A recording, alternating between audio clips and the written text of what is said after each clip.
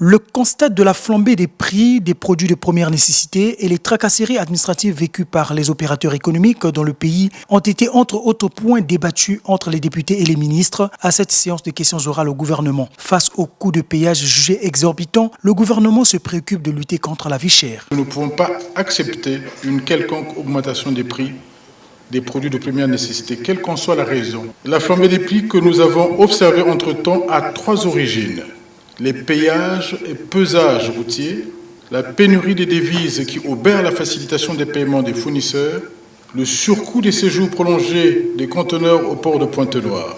Nous travaillons en ce moment pour fluidifier le traitement des dossiers au niveau des banques afin de permettre aux commerçants de payer leurs fournisseurs et reconstituer les stocks avant les fêtes de fin d'année. Autre sujet évoqué lors de ce débat de la 7e session ordinaire, le non-respect des lignes budgétaires qui, selon le chef du gouvernement, est dû à la précarité de trésorerie encore observée. Avec la tonie économique que nous connaissons, l'affaissement de ces recettes, notamment nous avons un vrai problème qui a été constaté avec le secteur du fisc. Généralement, ils abondent mieux notre budget, cette fois-ci c'est un peu moins.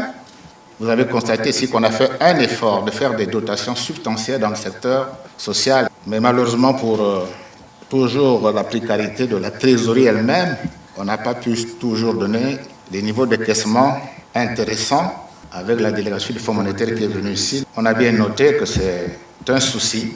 Ils ont constaté qu'on n'aurait pu que décaisser 1 milliard sur les 18 milliards programmés pour le projet Lissungi. Depuis le 7 dernier, on a ajouté un autre milliard, on a 2 milliards sur 18. Ce n'est pas beaucoup.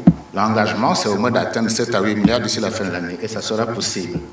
L'exécutif qui peine toujours à financer suffisamment les secteurs sociaux espère une économie prospère et stable pour améliorer les conditions de vie des populations.